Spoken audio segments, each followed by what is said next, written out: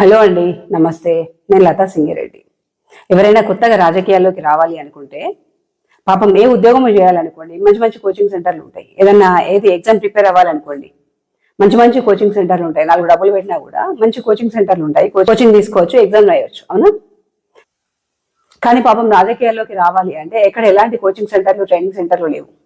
అందుకే ఎవరైనా కొత్తగా రాజకీయాలు చేయాలి అనుకుంటే చలో మా కరీంనగర్ వెళ్ళండి, మంచి రసవత్తరంగా నడుస్తుంది రాజకీయం అక్కడ.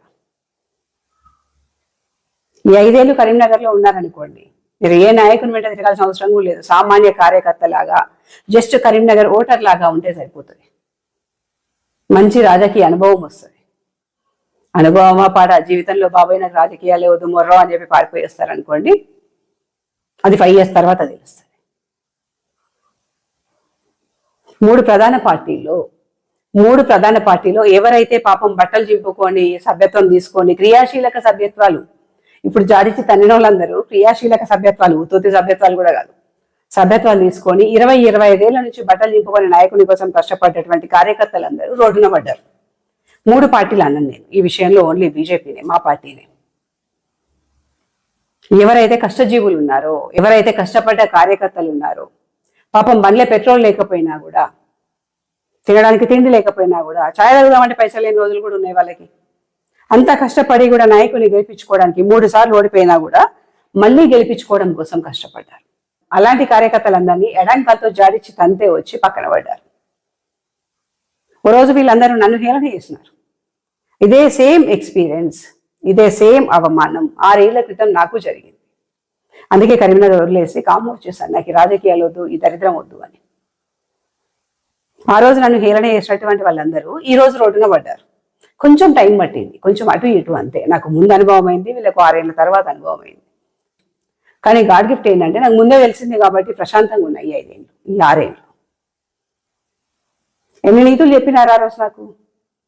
కొంచెం ఓపిక పట్టాల్సిందక్క, అన్నట్లా చేసిండంటే ఖచ్చితంగా ఏదో రీజన్ ఉంటుంది అక్క. అసలు అట్లా చేయడక్క, ఒక నీ విషయంలోనే ఎందుకు అట్లా చేసిండక్క. ఓపిక పట్టాల్సింది. పోతే పోయింది, బీఫామే కదా, మంచి నామినేటెడ్ పోస్ట్ ఇస్తుండే కదా.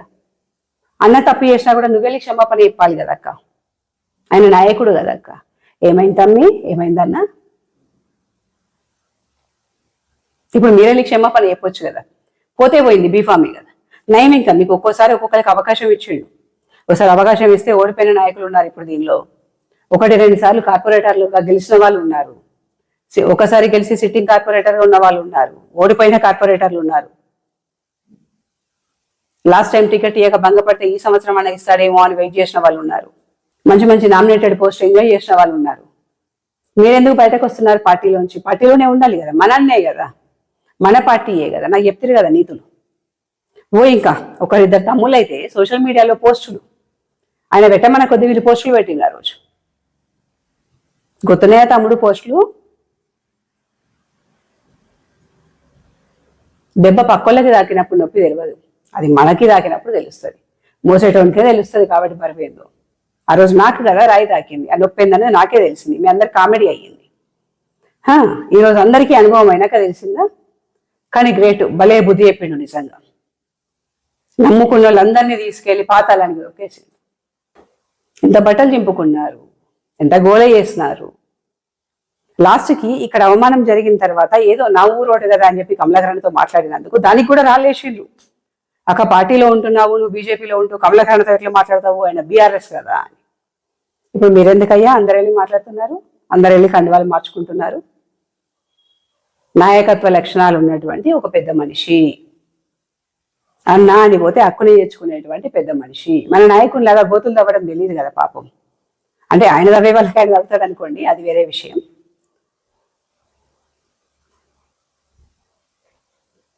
ఇప్పుడు చెప్తున్నారు. నాకైతే నేను నా ఫోన్ చూస్తుంటే ఒకరికొకరు కాల్ చేస్తూ ఉంటే భలే మజా వచ్చింది. ఆ రోజు నేను కనీసం నేను చెప్పేది కూడా ఎవరు వినలేదు.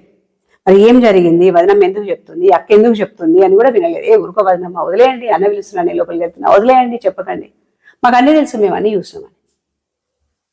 ఇప్పుడు తెలుస్తుందా పెయిన్ ఏందని?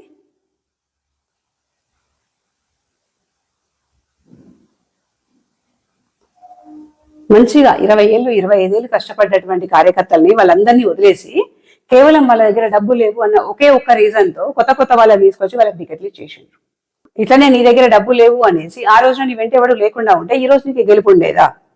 గల్లీలో పెరిగినటువంటి మనం ఢిల్లీ దాకా ఎదిగే వాళ్ళమా? ఎంతమంది కష్టపడితే మనకి స్థాయి వచ్చింది? ఓన్లీ మీరు నేను కష్టపడితేనే వచ్చిందా? ఎన్ని వేల మంది కార్యకర్తలు ఎండిన డొక్కలతో నీకోసం పనిచేసిండ్రు. మనం కష్టంలో ఉన్నప్పుడు వాళ్ళు ఆదుకున్నారు అంటే వాళ్ళు కష్టంలో ఉన్నప్పుడు మనం కూడా ఆదుకోవాలి కదా. మనుషుల్లాగా మన బాధ్యత కదా, నాయకుల్లాగా తర్వాత మనిషిలాగా సాటి మనిషిని ఆదుకోవడం మన బాధ్యత. ఆ బాధ్యతను ఎందుకు మర్చిపోతున్నారు అంటే పదవి రాగానే మనుషులు కళ్ళ కనిపించకుండా పోతున్నారా? చూసి నేర్చుకోండి కదా. పక్కన ఇంకో నాయకుడు ఉన్నాడు కదా, మీ దోస్తే కదా, నమ్మల కమలాకర్ అన్న ఎమ్మెల్యే సార్. నమ్ముకున్న వాళ్ళకి ఒక్కళ్ళకి కూడా అన్యాయం చేయలేదు. కమలాకర్ అన్న నమ్ముకున్న ప్రతి ఒక్క కార్యకర్తకి టికెట్ ఇచ్చిండు. ఒక సాగర్కి ఆయనకి ఎవరికో ఇవ్వనట్టున్నాడు. అక్కడ ఈక్వేషన్స్ వేరు, అక్కడ నేను కూడా చూసినాను. జనాలందరూ ఇంకో క్యాండిడేట్ వైపు ఉన్నారు కాబట్టి తప్పనిసరి పరిస్థితుల్లో ఆయనకు టికెట్ ఇచ్చిండు. మిగతా అందరికీ 199 మందిని అప్పునే చేర్చుకున్నాడు. అది కదా నాయకత్వ లక్షణాలు. కార్యకర్తలని అట్లా కడుపులో పెట్టుకొని కాపాడుకుంటే నెక్స్ట్ నేను భుజాల మీద ఎత్తుకొని గెలిపిస్తారు.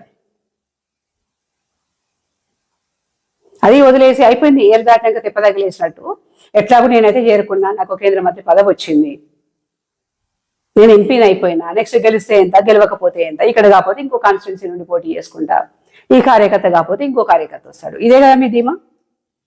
ఒకవేళ కార్యకర్తలు కనుక గట్టిగా అనుకొని వాళ్ళు గట్టిగా అనుకుంటేనే, వాళ్ళు గట్టిగా నిర్ణయించుకొని గట్టిగా కష్టపడితేనే మనం గెలిచినాం ఆ రోజు. అట్లనే వాళ్ళు కనుక గట్టిగా అనుకొని మిమ్మల్ని తొక్కాలి అనుకుంటే పాతాళానికి దొక్కుతారు. వాళ్ళేంది నన్ను ఒకే అయినా కూడా నా దగ్గర పైసలు ఉన్నాయి కదా, వచ్చి హైదరాబాద్లోనో ఢిల్లీలోనో ఇంకెక్కడో సెటిల్ అయిపోతా అనుకుంటున్నారా? మనశ్శాంతి ఉంటుందా నమ్ముకున్న వాళ్ళని ఇట్లా నట్టేట ఉంచితే? ఒక్కొక్కరు పాపం సీనియర్ కార్యకర్తలు, ఇప్పుడు టికెట్లు ఇవ్వకుండా ఇబ్బంది పెట్టిన వాళ్ళందరూ సీనియర్ కార్యకర్తలు. ఏదో నిన్న మొన్న వచ్చిన వాళ్ళు కాదు, పోరగాళ్ళు కూడా కాదు, అంత పెద్ద మనుషులు, మంచి పలుకుబడి ఉన్నటువంటి పెద్ద మనుషులు. వీళ్ళని కాదు అని కొత్తగా ఎవడో రాగానే ఆ కొత్త బిచ్చగాళ్ళ దగ్గర ఉన్నటువంటి డబ్బులు చూసి వాళ్ళకి ఇమీడియట్ గా టికెట్లు ఇస్తే దీన్ని ఏ రకంగా తీసుకుంటారు? అసలు బీజేపీలో నెక్స్ట్ ఎవరైనా జాయిన్ అవుతారా? బీజేపీలో పనిచేయడానికి కార్యకర్తలు ఎవరైనా ముందుకు వస్తారా? ఆయన పార్టీ ఉంటే మనకేంది, లేకపోతే మనకేంది, మన పొట్ట నిండితే అయిపోతుంది, అంతే కదా.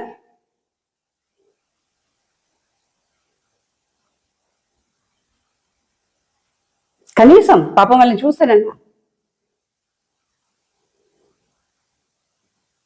వాడు ఎవడో తెలియదు, ఆయన బ్యాక్గ్రౌండ్ ఏదో తెలియదు, వాడు ఎక్కడ నుండి వచ్చిందో తెలియదు. కేవలం వాళ్ళ దగ్గర ఉన్నటువంటి డబ్బులు, వాళ్ళు ఇచ్చినటువంటి డబ్బులు మాత్రం తీసుకొని వాళ్ళ దగ్గర ఉన్న డబ్బులు చూసి మాత్రమే టికెట్లు ఇచ్చుకున్నారు. ఇప్పుడు పాత కార్యకర్తకి టికెట్ ఇస్తే మనకు వచ్చే లాస్ ఏంది అంటే అంటారేమో, నెక్స్ట్ ఉన్నారు కదా మనోళ్ళు, మన గ్యాంగ్, తొట్టి గ్యాంగ్, ఇండైరెక్ట్ పోస్టులు పెట్టేటువంటి తొట్టి గ్యాంగ్, వాళ్ళు మాట్లాడతారు కదా, పాతోళ్ళకి ఇస్తేంది కొత్తోళ్ళకి ఇస్తుంది, ఎవరికైనా బీఫామ్ ఇచ్చుడే కదా, వాళ్ళు ఏమైనా అన్నకి చుట్టాలా అని.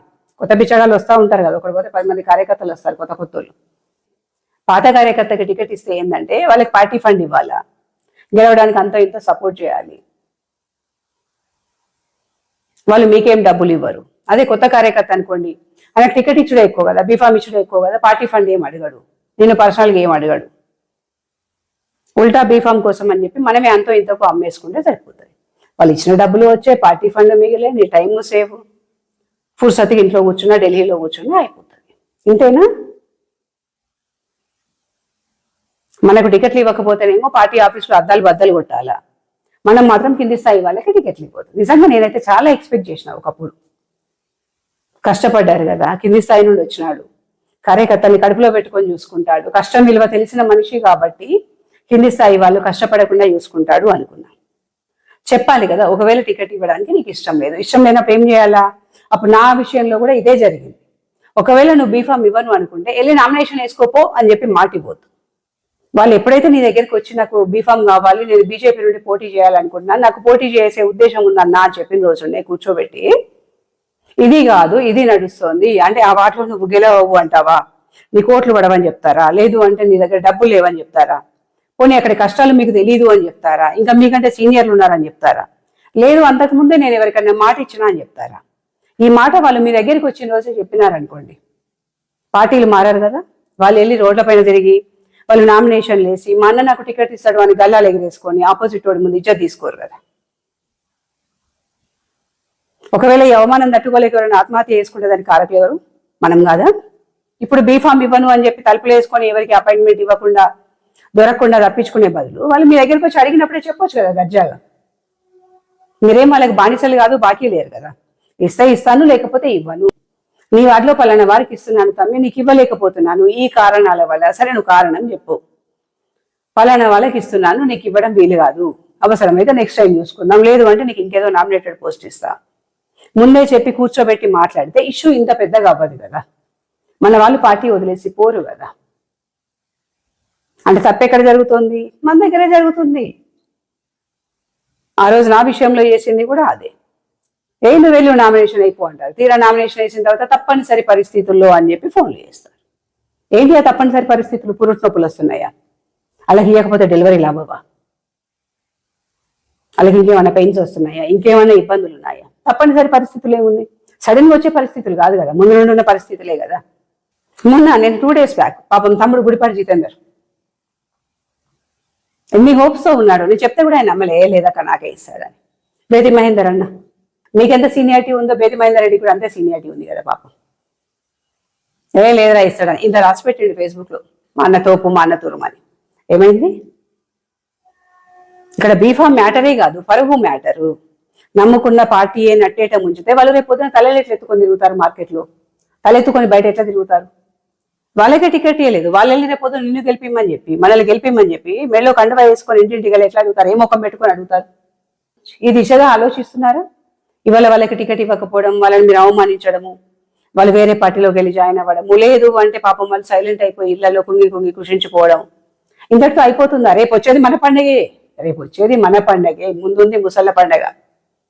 నీ కోటేయమని చెప్పి, అదే మన కోటేయమని చెప్పి వాళ్ళు ఎట్లా ఇంటింటికి వెళ్ళి అడుగుతారు? మా బీజేపీ కోటేయండి, మేము ఇది చేస్తాము అని చెప్పి వాళ్ళు ఎట్లా వాగ్దానం చేయగలుగుతారు? ఓటర్లు అడగరా మీకే టికెట్ ఇవ్వలేదు, మీరు మాకేం గ్యారంటీ ఇస్తున్నారని? పార్టీ అంటే ఏమన్నా మన అయ్యేలా జాగిర్లా? బీఫామ్లు అంటే మన తాతల ఆస్తుల్లోంచి గుంట 2 గుంటలు 1000-2000 తీసి ఇవ్వడాలనుకుంటున్నారా? కరీంనగర్ లో 3 ప్రధాన పార్టీలో చూస్తే వరెస్ట్ గా ఉండి ఉన్న కార్యకర్తలందరినీ కష్టపెట్టింది కేవలం బీజేపీ నాయకుడేనట. అట నేను కరీంనగర్ లో లేను, అట 3 days నుండి రోజు అవే కాల్సు. పాపం వాళ్ళ బాధ వింటూ ఉంటే గుండె తరుక్కుపోతుంది.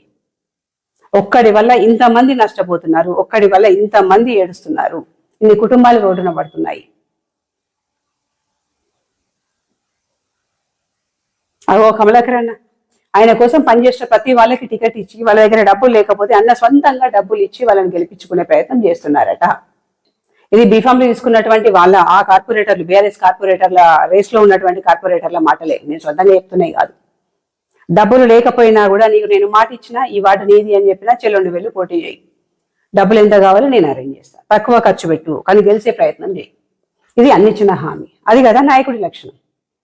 మనకెందుకు ఆ లక్షణాలు లేవు? 4 సార్లు కాదు, ఆయన ఇట్లే ఉంటే, ఆ నాయకత్వ లక్షణాలు ఇట్లే ఉంటే ఇంకో 4 సార్లు కూడా గెలుస్తారు. అలాంటి వాళ్ళని కదా గెలిపించుకోవాలి. పార్టీ ఫండ్ తీసుకురాము, కరీంనగర్ని డెవలప్ చేయము, నమ్ముకున్న కార్యకర్తలకు ఇచ్చిన హామీస్ ఎప్పుడో మర్చిపోయినాము, కనీసం మేము పోటీ చేస్తాము, మేమన్నా ఏమన్నా సేవ చేస్తాము, అయ్యో ఇక్కడ అధికారంలో ఉన్నటువంటి గవర్నమెంట్ దగ్గర నుండి మేము ఇంత ఫండ్ తీసుకొస్తాము, మేము పనులు చేపిస్తాము అనుకొని ముందుకు వచ్చినటువంటి కార్యకర్తల్ని, రేస్లో ఉన్నటువంటి కార్యకర్తల్ని తొక్కి పెడతాము, ఎవరెవరినో తీసుకొచ్చి సింహాసనంలో కూర్చోబెడతాము. మేము విత్తనాలు వేసి, మేము నీళ్లు పోసి, మేము చెట్లు పెంచుకొని తీరా కాయలు కాసే టైంకి ఇంకెవరినో తీసుకొచ్చి మేము తెంపిస్తాము. ఇదేనా మీరు చేస్తుంది? కార్యకర్తలందరూ కష్టపడి కరీంనగర్లో పార్టీని ఆ స్థాయికి తీసుకొచ్చుకున్నారు. దాన్ని మీరేం చేస్తున్నారు? తీరా కాయలు కాసే టైంకి కరెక్ట్ వాళ్ళకు ఉపయోగపడే టయానికి ఎవరినో తీసుకొచ్చి ఆ చెట్టు కింద నుంచోబెడుతున్నారు. పెంపుకోండి, ఎవరికి వీలైనని మీరు పెంపుకోండి, ఎవరికి వీలైనని వాళ్ళు పెంపుకోండి అని.